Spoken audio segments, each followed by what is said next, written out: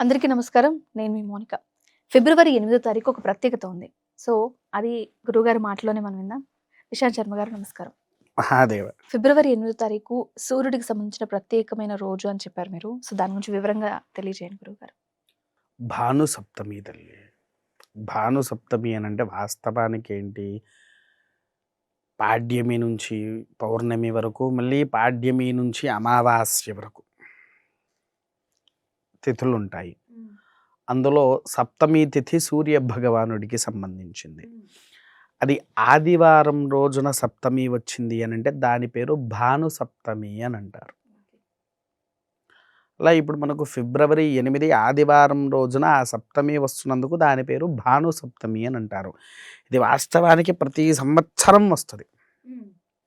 ఎప్పుడు రథ సప్తమి తర్వాత వచ్చేటువంటిది భాను సప్తమి.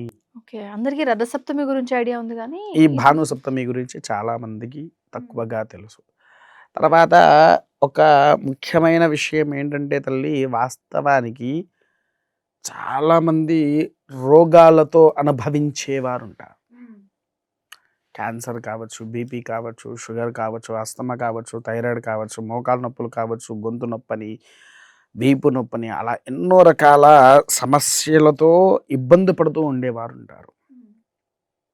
వారికి ఈ భాను సప్తమి అనేటువంటిది ఒక అరుదైనటువంటి సప్తమి తల్లి. ప్రత్యేకం. సూర్య నమస్కారం ఒకసారి నమస్కరించుకున్న చాలు వాళ్ళకున్న రోగాలన్నీ పోతాయి. రోగనాశనం చేసేది సూర్యుడి శక్తి అని చెప్తారు. ప్రత్యక్ష దైవంగా మనం. అయితే ఇక్కడ ఒక విషయం ఏంటంటే, ఈ భాను సప్తమికి కొన్ని విధి తత్వాలను ఆచరించాలి. ఉదయాన్నే లేచి తిలోదకాన్ని ఆయనకు వదలాలి. తెల్ల నువ్వులతోని తిలోదకం వదలాలి. అర్ఘ్యం, సూర్యుడికి అర్ఘ్యం, తిలముతో అర్ఘ్యం వదలాలి. అది అయిపోయిన తర్వాత పితృదేవత అర్ఘ్యాన్ని వదలాలి. అర్ఘ్యం వదిలిన తర్వాత ఒక రాగి పళ్ళెం కానీ, ఇత్తడిది పళ్ళెం కానీ తీసుకొని దాంట్లో నీళ్లు పొయ్యాలి. నీళ్లు పోసి ఎర్ర చందనం ఉంటుంది కదా, దాన్ని పొడి వేయాలి. పొడి వేసి దాంట్లో తెల్ల నువ్వులు, గరిక, గోధుమలు వేసేసి దాని చుట్టూరుగా 11 ప్రదక్షిణాలు, 11 సూర్య నమస్కారాలు ఆచరించాలి.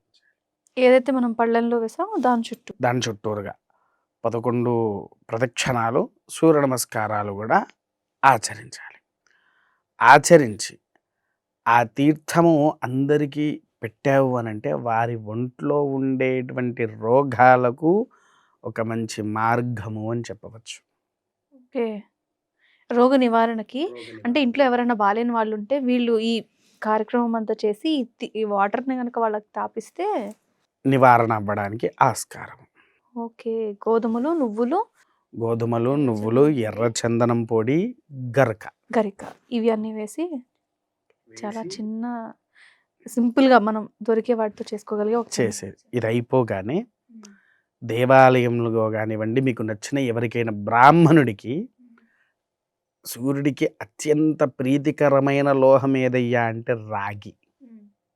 ఆయనకి రాగి అంటేనే ప్రాణం. రాగి రేకైనా, రాగి అయినా సరే, రాగి పాత్రలైనా సరే, రాగి తర్వాత ఒక బౌల్లో పెరుగు, స్వయం పాకము, కిలోంపావు గోధుమలు, రాజమాష ధాన్యస్యోపరి అని ఆయనని పిలుస్తారు. రాజమాష ధాన్యం ఏదయ్యా అంటే అది గోధుమలు. ఇవి పట్టుకొని తీసుకొని వెళ్ళి నీవు ఎప్పటికైతే ఆ భాను సప్తమి రోజున బ్రాహ్మణుడికి దానము చేస్తే అసలు ఇంకా ఏవైనా రోగాలు మన దగ్గరికి రావాలంటే ఆ రోగానికి భయము రావాలి. చాలా ప్రత్యేకం అన్నమాట. చాలా ప్రత్యేకమైనటువంటిదే ఈ భాను సప్తమి. ఈ భాను సప్తమి ఎవ్వరు ఆచరించినా, ఎవ్వరు దాన్ని అంతెందుకు తల్లి, ఇప్పుడు వాస్తవానికి గర్భవతీలు ఉన్నారు, శిశువు జన్మించాడు. జన్మించిన తర్వాత ఒక సైంటిస్టుతో సహా, డాక్టర్ కావచ్చు, సైంటిస్ట్ కావచ్చు, మన పెద్దవాళ్ళు కావచ్చు, పూర్వీకులు కావచ్చు, ఉదయం పుట్ట ఆ పిల్లవాడిని ఎక్కడ ఉంచమని చెప్తారు? ఎందుకోసం? డి విటమిన్ అనేది శరీరంలోకి చేరి వాడి యొక్క రోగాలను నయం చేస్తూ ఉంటుందనే ఒక ఉద్దేశంతో. అవునా? ఆ సూర్య కిరణానికి అంత ఉంటే, ఆ సూర్య తీర్థానికి కూడా ఎంత శక్తి ఉండాలి? ఓకే. సూర్యుడు పడేలాగా ఆ తీర్థాన్ని మనం పెడతాం కాబట్టి దానికి ఇంకా కొన్ని మూలికలు కలుస్తాయి. అలాంటి మూలికలే మీరు చెప్పినవి. చెప్పినయి. ఓకే. సో, అట్లా సూర్య భగవాన్ యొక్క ఆవాహితం చేసి, దానికి ప్రదక్షిణాలు చేసి, సూర్య నమస్కారాలు ఆచరించి, దాన్ని తీర్థంగా తీసుకొని ఎప్పుడైతే దానం చేసిన తర్వాత అయినా తీర్థం తీసుకోవచ్చు. ఆ తీర్థం అనేది ఎప్పుడైనా సేవించొచ్చు. ఎప్పుడైనా సేవించవచ్చు ఇంట్లో ఉన్న ప్రతి ఒక్కరికి. అది కూడా తీర్థం కూడా ఎంత అద్భుతమైన రుచి ఉంటదంటే తల్లి, అంత అద్భుతమైన రుచి ఉంటది. అంటే ఇప్పుడు ఎర్రచందనం పొడి కొంచెం వేస్తే సరిపోతుందా కొంచెం గురువుగారు? వేసేసి దాన్ని తీసుకుంటే అసలింకా ఊహించలేరు తల్లి. అది నేను చెప్పడం కంటే మీరు తీర్థం ఒక్కసారి అది తీసుకొని ఆచరించి లేకపోతే సేవించి చూస్తేనే తెలుస్తుంది అంటారు. ఎంతోమంది రోగాలతో ఇబ్బంది పడుతుంటారు. ఈవెన్ మీరు బీపీ, షుగర్, ఆస్తమా లాంటివి కూడా చెప్పారు. కొన్ని లక్షల మందే ఉంటారు. కోట్ల మంది కూడా ఉండొచ్చు ఇప్పుడున్న పరిస్థితుల్లో అవును. చెప్పలేము. అవును. వాళ్ళకొక మంచి నివారణ ఉపాయం అంటే వినడానికి చాలా బావుంది. రాబోయే ఫిబ్రవరి 8 భానుసప్తమి. భానుసప్తమి. జనరల్‌గా మనం రథసప్తమి అని అది వింటాము. పుట్టినరోజు ఆయనది ఆ రోజు. ఈ తర్వాత వచ్చే హ్మ్. రథసప్తమి పుట్టినరోజు, ఆదివారం రోజు వచ్చే సప్తమి భానుసప్తమి. పరిపూర్ణంగా ఆ రోజు రోగాలను నివారణ చేయడాని కోసమే ఎక్కువగా వాడేటువంటిది ఫిబ్రవరి 8 భానుసప్తమి. ఇవన్నీ నేనొక్కనని చెప్పడం కాదు. మనకు శాస్త్రంలో గూడా ఉంది. మీ దగ్గర మీ ఫోన్ ఉందా తల్లి? సరే. నా ఫోన్ ఒక్కసారి ఇస్తా. మీరు నేను టైప్ చేసి ఇస్తాను. మీరు చదవండి. నేను చెప్పిన దాంట్లో ఏమన్నా తప్పుందా? ఎందుకంటే మీకు గూడా ఒక అవగాహన వస్తది. అంటే వాళ్ళ చేతిలో కూడా మొబైల్ ఉంటే వాళ్ళు సెర్చ్ చేసుకుంటారు గురు. అదే ఇప్పుడు అదే చెప్తున్నా. మీరు గూడా మీ ఫోన్‌లో ఒక్కసారి భాను సప్తమి అని టైప్ చేయండి. దాని గురించి ఫుల్ డీటెయిల్స్ అనేది మనం చెప్పింది ఉందా లేదా అని వాళ్ళు కూడా చెక్ చేసుకోవచ్చు. ఇదిగోండి భాను సప్తమి అని ఇలా వస్తది. ఇక్కడ తెలుగులో అనువాదించేట్టుగా మనం పెట్టుకుంటే ఇక్కడ తెలుగులో ఉన్నది. ఒక్కసారి చదవండి, ఇది మీకు తెలుస్తది. ఆదివారం సప్తమి తిథి.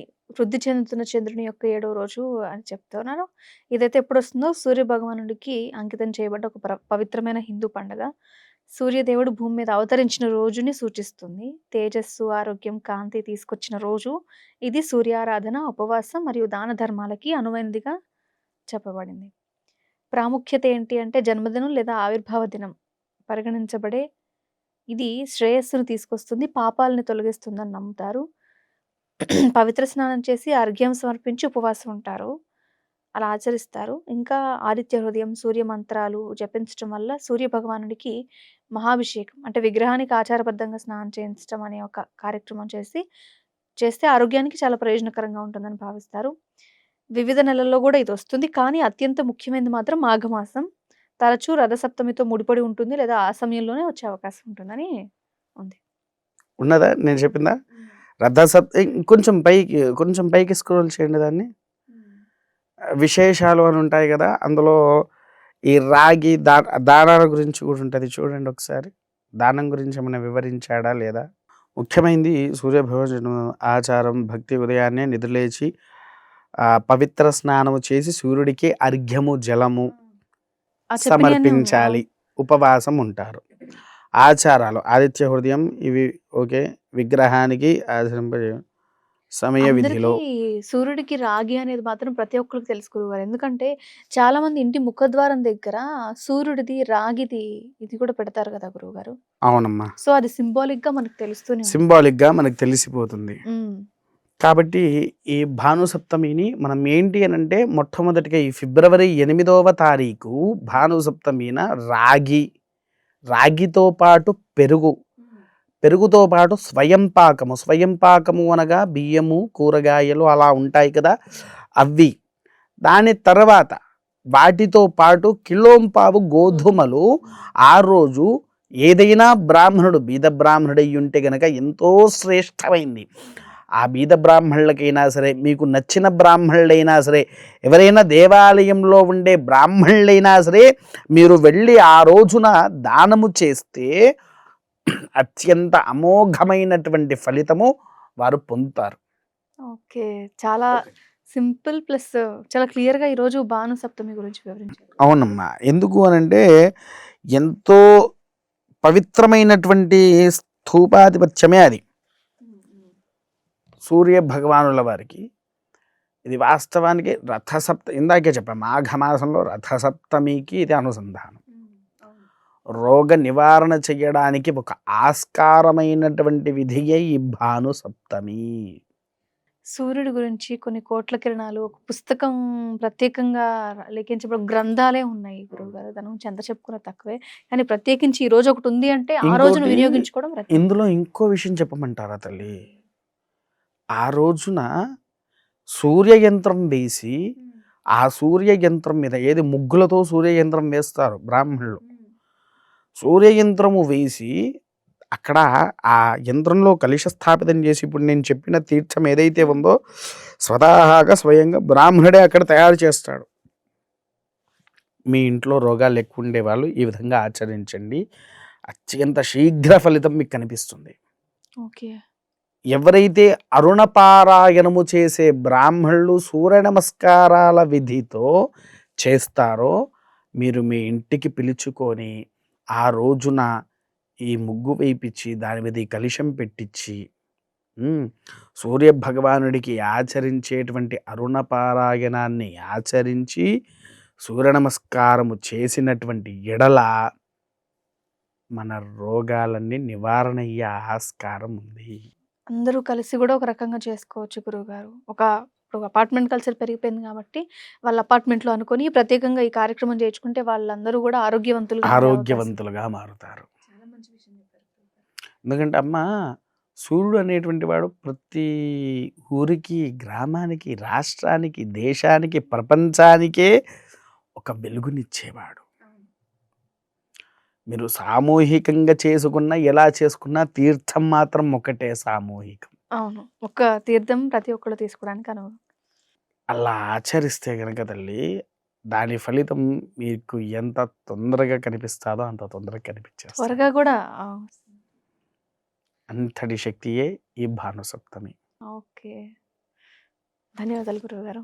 మహాదేవ. సో రథసప్తమి సూర్యుడికి ఎవరైనా సరే పూజ చేసుకోలేను అని బాధపడుతుంటే మీకోసం ఫిబ్రవరి 8 వేచి చూస్తుంది భాను సప్తమి. ఆ రోజు చేయవలసిన విధి తత్వం అంతా కూడా గురువుగారి ద్వారా మనం తెలుసుకున్నాం. అస్సలు మిస్ అవ్వద్దు. ఎంతోమంది రోగ బాధలతో బాధపడుతూ ఉంటారు. అలా చేసుకోండి. లేదా మీ అపార్ట్మెంట్లో ఉంటే గనక అందరూ కలిసి ఒక ఎవరొకళ్ళు దగ్గరలో ఉన్న వాళ్ళని ఈ సూర్యునికి సంబంధించి ఎవరైతే గురుగారు చెప్పిన పద్ధతి తెలిసి ఉంటారో వాళ్ళ చేత చేయించుకోండి. అద్భుతమైన ఫలితాలు మీరు చూస్తారు. అతి త్వరగా అని కూడా గురుగారు చెప్తున్నారు. మీరు ట్రై చేయండి. మాఘ భాను సప్తమి శుభాకాంక్షలు. ధన్యవాదాలు.